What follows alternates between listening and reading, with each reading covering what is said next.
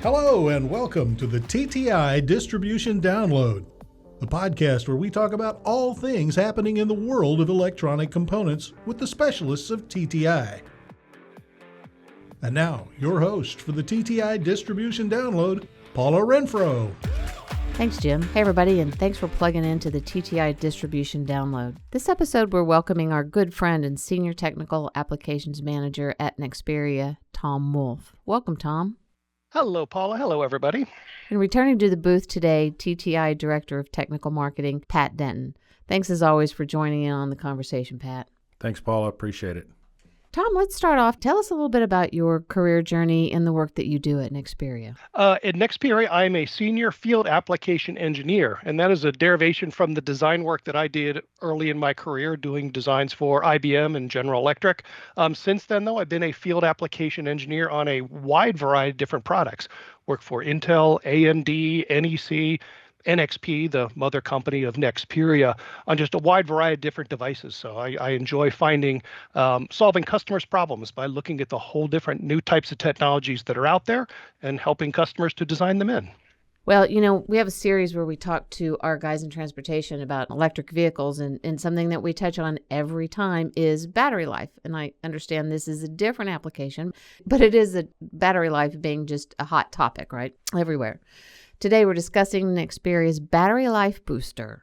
So, as the name implies, these are components designed to extend the life and peak output of a typical lithium coin cell battery. Pat, why and where is this technology valuable? Sure. Extending a coin cell battery's working life significantly reduces battery waste in low-power IoT and other portable applications, while making coin cells a viable power source for applications which could previously only operate from AA or AAA type batteries. And Tom, as the expert on the subject, help us understand the issues with coin cell batteries. Okay, well, coin cells are used everywhere nowadays. You've probably handled some of them not too recently, as a matter of fact. So they show up in automotive applications. That's the coin cell. Looks like the size of a coin. Fits in your key fob for starting your car remotely. They're also used in things like tire pressure monitors that relays the information back to your main dashboard. But it's not just automotive. Coin cells are used all over the place. They're in all sorts of consumer electronics, smart tags, the little tag you put in your luggage.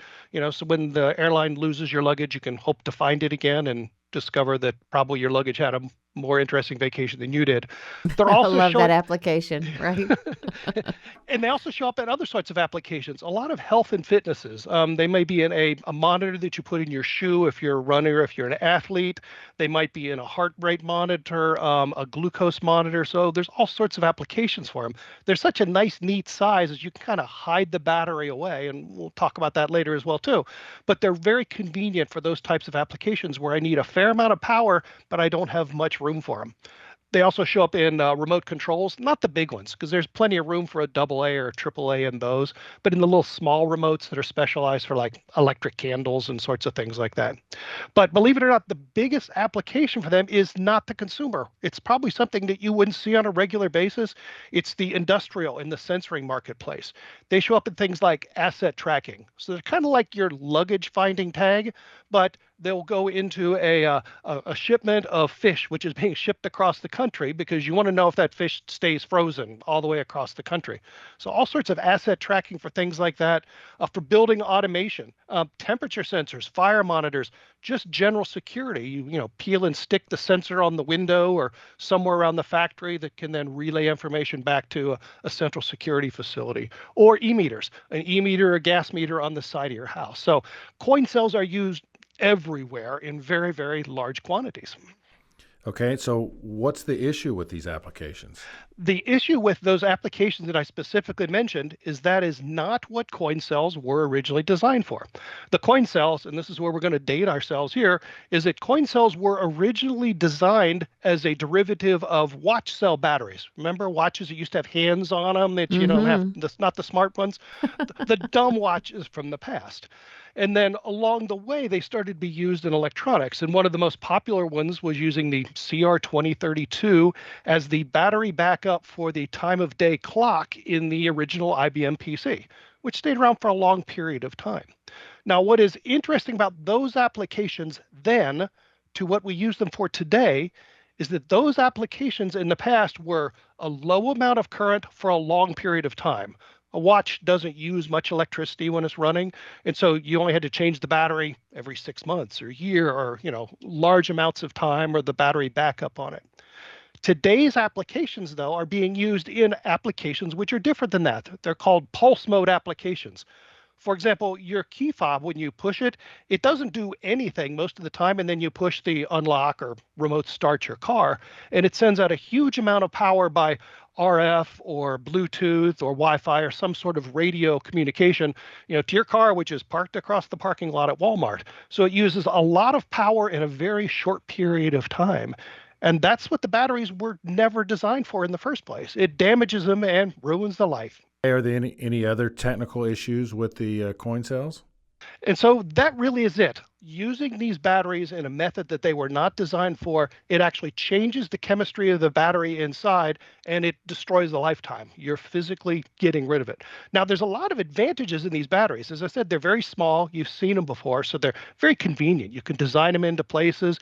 You can make a remote controller, a product which is not much thicker than a credit card, so they're really useful. And they're very, very high energy density. You can get more power in that little coin than you can get in a much larger rechargeable, or sometimes even double or triple A batteries. There's a lot of power in a very little pack like that. And because we use so many of them, they're low cost. You start buying them in quantity, and you're talking, a coin to buy these things. That's the good side. Like I said, the bad side of them, though, is that they have high internal resistance on them. It's on the order of like 10 to 100 ohms.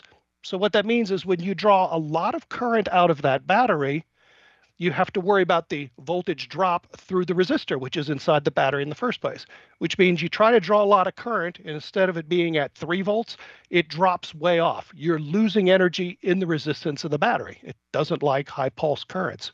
It also depletes the electrolytes. So if you keep hitting that battery in an application, a pulse application, like a radio transmitter or an alarm sensor or something like that, you're going to chemically destroy that battery much quicker than it should have been.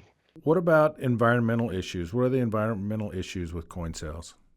Well, those two things sort of just stack up on it then. Because I'm shortening the life on the battery, I have to change it way more often. Somebody did a study on it. And again, we only see the batteries that go into our consumer products. I'm always changing batteries and key fobs in my family, but it's in the industrial market where they use them up. And it appears right now is that the number of batteries which are being used up is around 70 to 80 million per day. Wow. It's a mind-boggling number of batteries which are being thrown away. And, they've got lithium and metal and stuff in them.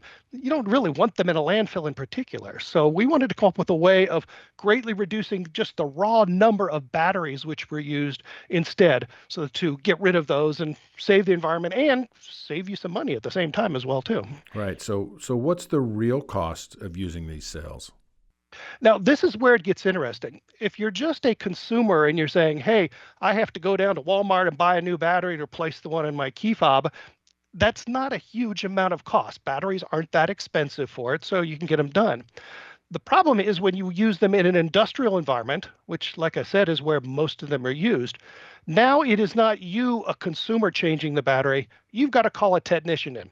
So suppose you have hundreds or thousands of these scattered around your factory, and you know that they're going to burn out in a month or 2 months or whatever they are. So you've got to send a technician out to fix those.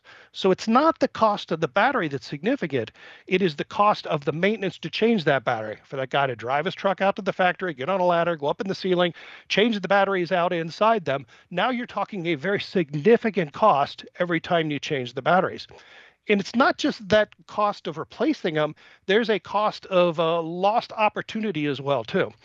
All these batteries don't last the same amount of time. So you kind of have to guess, I should replace all of them in 3 months, because you don't want to go out and replace them one at a time. That's a lot of miles. Instead, you'd like to say, hey, I want to know when all of them are dead at the same time, and I'll replace them all at the same time. But if they die before that, that means that your fire sensor may not be working because that node, its battery died on it already. That's really why we go through so many batteries in that environment, is everybody tends to swap them out way before they're needed, just to make sure one of them never goes dead in particular. It also limits the number of applications that you can use them for. You may want to transmit the temperature or something once an hour. Well, gee, it'd be nice if you could do it once a minute to get more data. but the battery doesn't have the life on it. So some features you can't do because the battery just doesn't have enough life in it in the first place. So what you end up with is particularly in the industrial environment, it's very expensive to replace them from a service point of view. It's expensive from an environmental point of view because you're throwing all these things into a landfill someplace. It can be expensive because you are open to something bad happening because your sensor battery left and you didn't know that the building caught on fire, for example. So it's a lot of work with these batteries. They're very useful for what they do, but when they're not doing it, they can be quite costly. And that's really what we're trying to save. Well, Tom, you've given us a lot to think about already. I'm going to suggest that we take a breath here with this episode, and then next episode we'll come back and talk about answers. Good? Sounds good. Sounds good. Great. And thank you to our listeners for plugging in today. If you learned something, you'll definitely want to plug into our next episode where Tom and Pat will talk about how Nexperia battery life booster technology can improve your coin cell battery applications. That's it for this episode of the TTI Distribution Download. For more information on any of the topics you heard about today, reach out to your nearby TTI branch at 1-800-CALL-TTI or visit us online at tti.com.